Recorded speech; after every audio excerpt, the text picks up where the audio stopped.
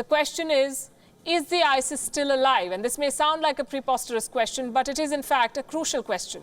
After all, prominent global leaders have declared the end of ISIS time and again, and yet the terrorist group has found unique ways to resurface.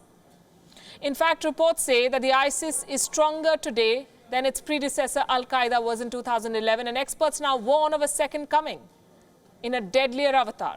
Here's a report.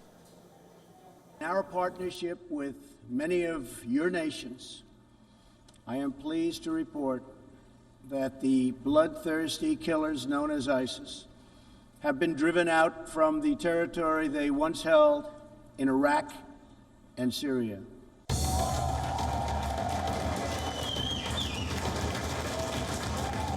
The month was February.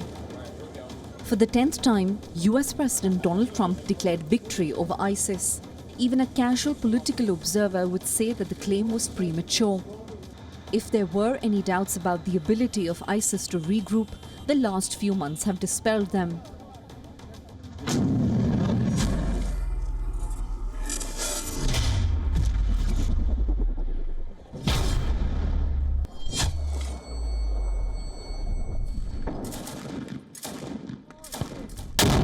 Even as ISIS fighters surrendered their strongholds in Syria, the devastating effects of its terror networks were felt in Sri Lanka. ISIS thinks it's a long religious battle, one that they want to win at all costs. Now experts in the US fear that ISIS could return stronger than ever. But the resurgence of ISIS hurts every country, not only the United States. And India too is a specific target. The resurgence of ISIS is facilitated by the rise of terror groups like Jamaat-ud-Dawa in Pakistan. It now appears that the Jamaat-ud-Dawa has even started calling itself the ISIS. A recent report in the Diplomat magazine is chilling. The reportage says that units of the Islamic State were affiliated with Jamaat-ud-Dawa. This practice of mutating and morphing jihadi groups like JUD has long been a practice of the Islamic State.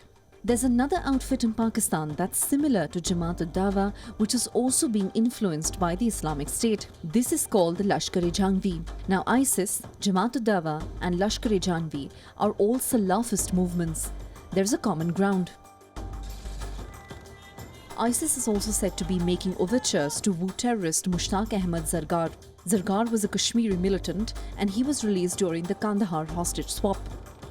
Reports in Pakistan show that ISIS has created India and Pakistan wings in the Islamic State of Khorasan. India must be prepared to face the threat of ISIS. 2 months ago, ISIS announced a new branch in India called the Vilayat of Hind. Few weeks ago, India's National Investigation Agency identified 6 youngsters in Tamil Nadu who were part of an ISIS module. One of the youngsters was a Facebook friend of Lanka East terror attack bomber Zahran Hashim. Pushed to desperation, the ISIS is using the internet to propagate its ideology and recruit fighters. The Islamic State is prepared to coordinate with even small local groups to achieve its purpose. The Easter attacks exemplified the adaptability of ISIS. And countries like Pakistan are helping ISIS to get traction. When terror outfits like Jamaat-ud-Dawa and Lashkar-e-Taiba are allowed a free hand, it ensures a breeding ground for Islamic State. Like disease, terrorism takes different shapes and names in different places.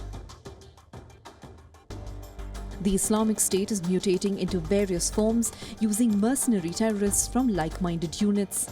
The US president can have his views about the end of ISIS, but it's clear that the Islamic State has evolved and it's their second coming, and that's a chilling fact. Bureau Report, Wion, World is One.